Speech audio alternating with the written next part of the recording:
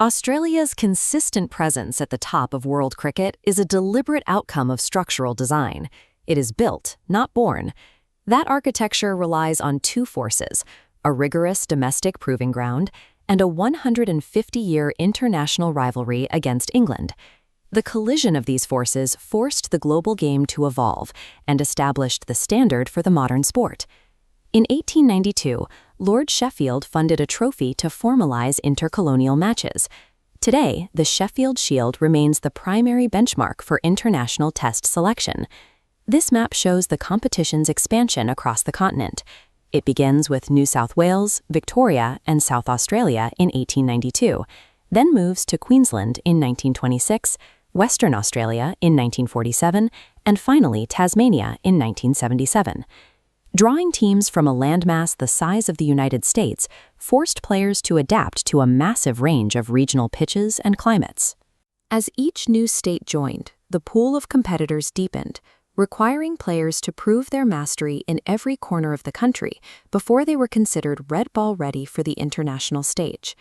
The international metric for that talent is the Ashes.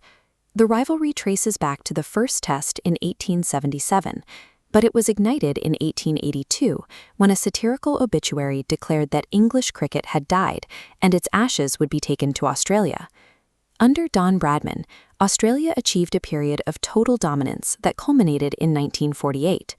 That squad, known as the Invincibles, completed an 8-month tour of England without losing a single match. From 1989 to 2005, Australia held the trophy for 16 consecutive years. This era was defined by individual statistical dominance, including Shane Warne's record of 195 Ashes wickets. Securing the trophy across these distinct eras established Australia as the global standard for international performance.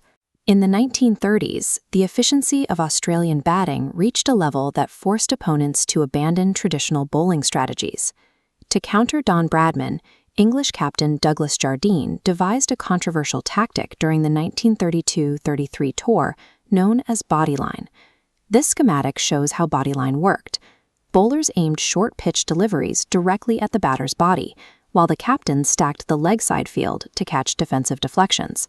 The resulting crisis led the Marylebone Cricket Club to change the rules of the game, specifically banning the stacking of leg side fielders and limiting the use of short-pitched bowling.